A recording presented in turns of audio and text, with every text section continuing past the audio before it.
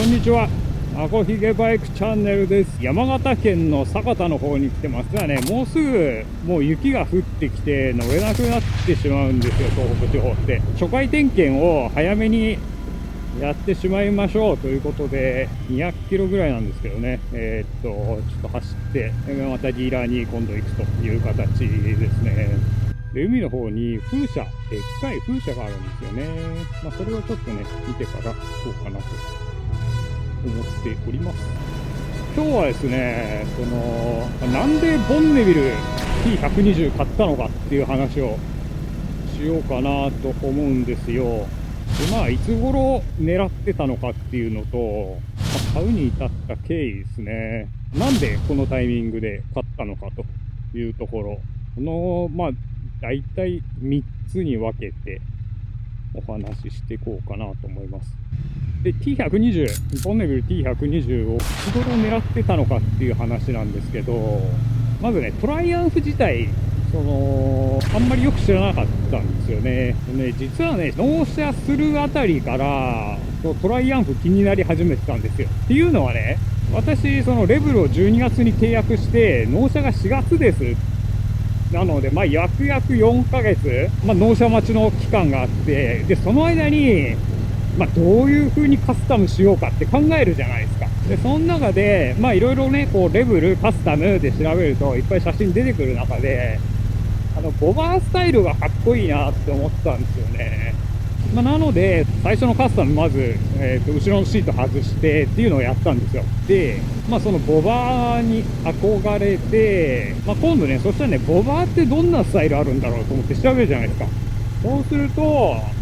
トライアンフのボンネビルのボバーっていうのが出てきたんですね。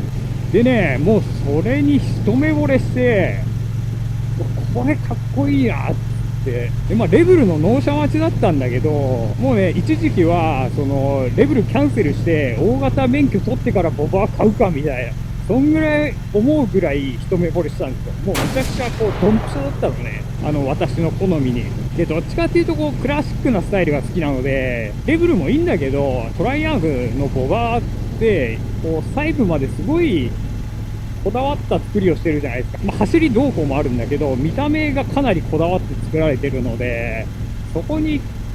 一目惚れしてね、すごい気に入ってしまって、ただね、そんないきなり高いね、買い物にシフトできるわけでもないので、まずはレベル乗ろうというので、乗り始めて、いろいろ手を加えたりして、実際ね、そのバイク乗って、いろいろやってみると、荷物、入れるとこやっぱ欲しいなって思ったんですよ。ボバー好きなんだけど、あれ全然ね、積載ないじゃないですか。で、私、モトブログやったりとか、ツーリング先で写真撮ったりするので、荷物入れはね、絶対必要だったんです。で、じゃあちょっとボバーかっこいいけどなーってなって、なんかね、ボバーにカスタムして物を乗せるみたいなのもやってる人いましたけど、これだったらボバーじゃなくていいんじゃねって思って、ボバー熱はちょっと冷めて、で、特にね、大型買おうとかそういう風には考えてなかったんですけど、トライアンフって他になんかどういうラインナップあるのかなと思って見てったら、ボンネビルシリーズを見つけて、で、そっからですね、これかっこいいな。サイドワックつけても全然違和感ないし、これこそなんか求めてた、理想の大型バイクなんじゃねって思って、で、言ってもね、レベル乗ってるので、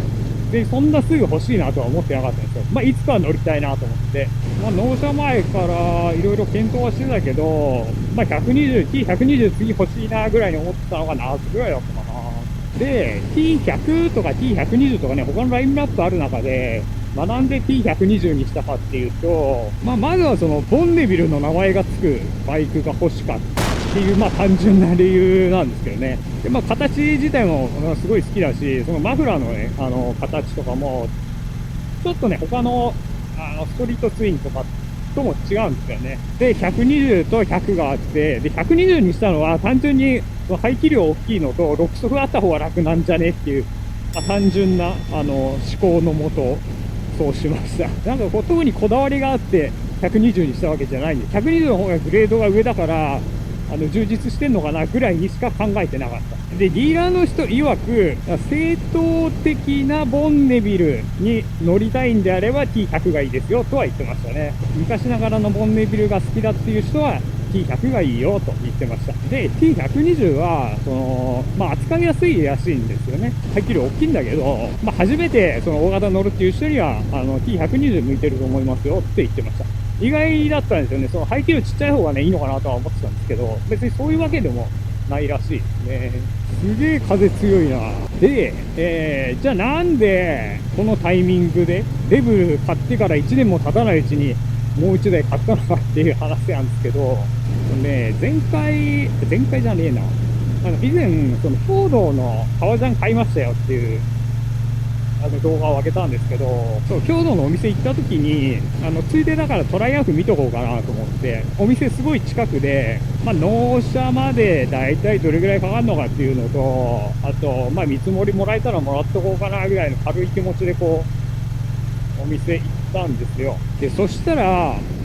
運よく T120 と、あとP になったきっかけのボバがあったんですよね。で、ちょっとまたがらせてもらったりして、で、ディーラーの人にね、いろいろ話を聞いてたら、なんか T120、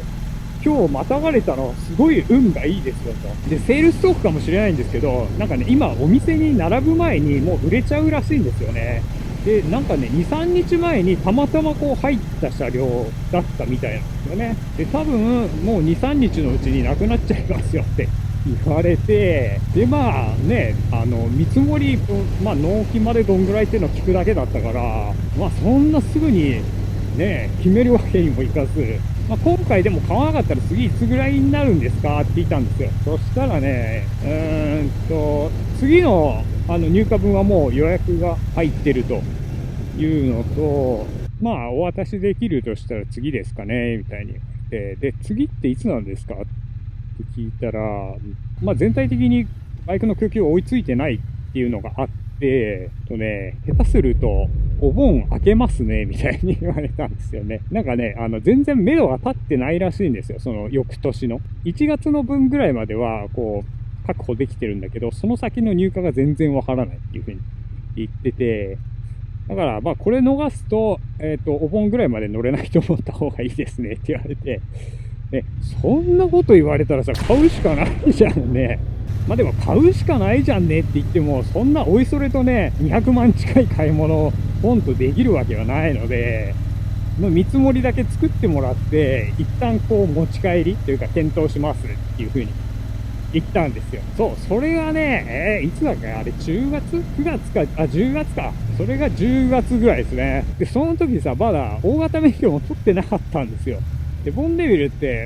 いうか、トライオンフ、毎年マイナーチェンジをするじゃないですか。その来年のモデルは、大きな変更はないみたいな話だったんですけど、その先になってくると、またね、そのユーロ規制、ユーロ5かな今。で、ユーロ6とかになると、また、エンジン変わる関係で、値段が上がったりだとか、オプションが今までついてたのがなくなるとか、そういう可能性はなくはないですよ、みたいなこと言われて、で今の形がね、今の、装備が好きだったら、今買った方が、いいかな、というので、そんな待つ理由も、お金ぐらいしかないので、で、結構悩んだんですけど、帰り道の間ね、家帰る間、ずっと悩んだんだけど、結局買っちゃいましたね。営業の人はすごい優秀だと思いますね、トライアンフの。本当は、T120 にほぼほぼ決めてたんだけど、やっぱね、試乗したいじゃないですか。大型取って、年内に大型取って、で、年明けたらね、試乗して、トライアンフ以外にも、川崎の W800 とか、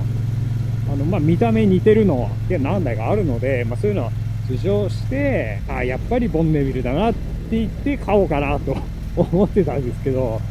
なんかね、そういう暇全然なかったですね。なので、順番逆になるかもしれないけど、ちょっとね、乗ってみたいなと思ってるので、他のバイクもね、タイミングを見て、試乗しに行こうかなと思ってます。それでは、次回の動画でお会いしましょう。バイバーイ。